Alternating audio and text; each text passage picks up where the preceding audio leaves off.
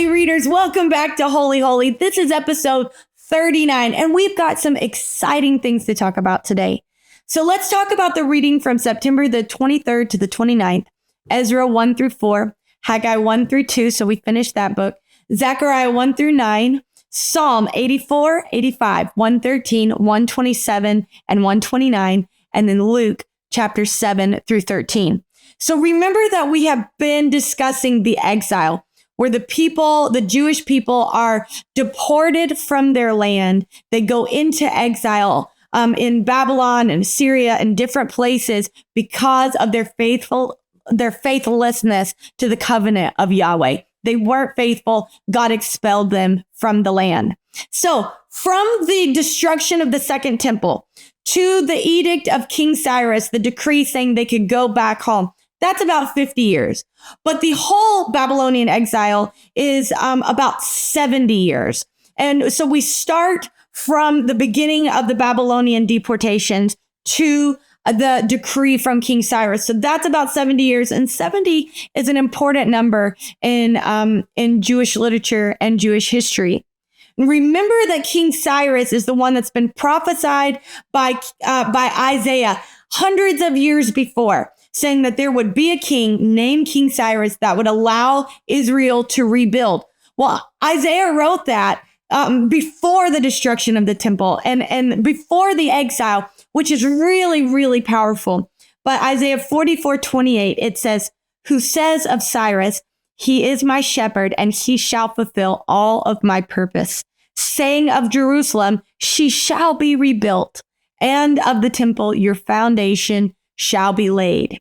So let's talk a little bit about this reconstruction of the temple, because after the land is desolate for 50 years and the whole Babylonian captivity of 70 total years, then King Cyrus has this edict that they can go back. So now we're in the time of reconstruction. So I want you to think of this in your mind. This is the return, the rebuild, the reconstruction. So here's the timeline. King Cyrus the Great issues this decree in 538 BC, allowing Ezra to lead people back and to begin to rebuild Jerusalem. The foundations are laid that year in 536. And what King Cyrus did was he hires a guy named Zerubbabel. Zerubbabel is a Jewish man, and he is going to oversee Judah as kind of like a governor. And he is also in the line of King David, which puts him in the line of the Messiah. I think that's really powerful because they're rebuilding the temple, and they've got a direct descendant that will be in the line of the Messiah, standing there with the rest of these guys overseeing it. That's really prophetic. So then there's this opposition from surrounding nations as they are rebuilding and reconstructing the temple, which causes the temple to be put on hold for a little while. And it's put on hold for about 15 years. And there's a couple of guys after King Cyrus that are ruling during this time, but that's not, those guys are not named. So I'm not going to name them here. Then the temple resumes the rebuilding. And this is under King Darius. And King Darius, he's also in our reading, he's going to rehire Zerubbabel to keep doing his job. And it is in the 6th year of the reign of King Darius that the second temple is completed. The first temple is Solomon's temple, destroyed by the Babylonians. This is the second temple. Also, some other important guys in this is Ezra, Nehemiah, Haggai, Zechariah. They all four live at the same time. Haggai and Zechariah are prophesying. Ezra and Nehemiah are rebuilding. So let's talk about the book of Ezra. Ezra is a Jewish person, and he is a scribe, a priest, and a scholar.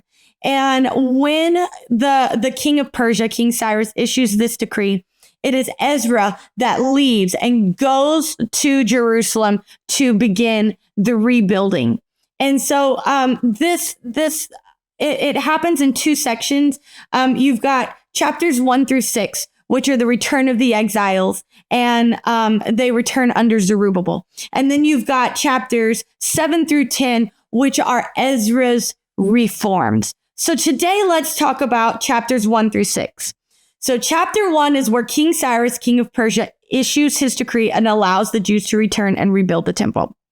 And chapters 3-6, then, they are filled with this initial enthusiasm. Think about this. These people have been deported to other lands, and they don't know if they'll ever be able to return home. And all of a sudden, this pagan king says, yes, you can. I wonder if they found it in Isaiah. Did they go back and find it in the scriptures, or had they held on to this prophecy the whole time? I don't know. But all of a sudden, they can go back home. And they're headed home, and it's so much enthusiasm. They're going to rebuild the wall, rebuild the temple. But eventually we'll see that this is complicated by surrounding people that make them put a stop on it. So let's talk about Haggai. Haggai is only 2 chapters. He's part of the 12 minor prophets. And so this is written post-exile. It's most likely written about 520 BC. And what he's doing is he is telling the people that they need to reignite the passion in their heart to rebuild. And he likens a lot of rebuilding the physical temple with rebuilding the spiritual temple. So he's prophesying at the time of King Darius, and he's prophesying that although there has been opposition, that they shouldn't let the opposition make them stop rebuilding, but they should reignite this in their heart. And so the central focus is the need to resume. Please resume rebuilding. He criticizes the people for prioritizing their own homes while neglecting the house of God. They want to go, they want to rebuild their place. And he's saying, no, the house of God comes first. And I don't know if you've ever heard that acronym of JOY, Jesus, others, and you. But when we prioritize God, Matthew chapter 5, seek ye first the kingdom of God and his righteousness, all of these things will be added unto you. And so when we prioritize God, the rest of the things fall into place. And that is what Haggai is saying. He's saying that the temple represents God's presence among the people. So when they neglect building the temple of God, they are neglecting their spiritual health. And I think that we see that in our own lives, that when we neglect reading our Bible, going to church, prayer, and different things like that, our giving and our tithe and offering, giving to the poor, when we neglect all of the physical things, that it is a good indicator that we are neglecting the spiritual state of our heart.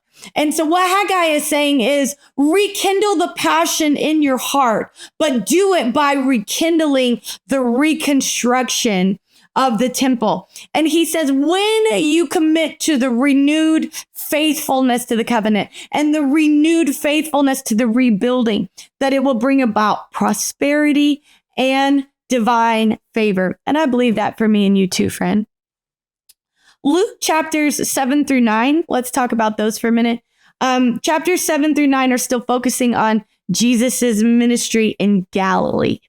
And then chapters 9-19, these are focusing on Jesus's journey to Jerusalem. Jesus sets his face like a flint to go to Jerusalem, and it's going to lead to his eventual death. But all the way through, he continues to teach in parables and to prepare his followers, telling them that he is going to die in Jerusalem. So I hope that you've enjoyed this week. Keep reading.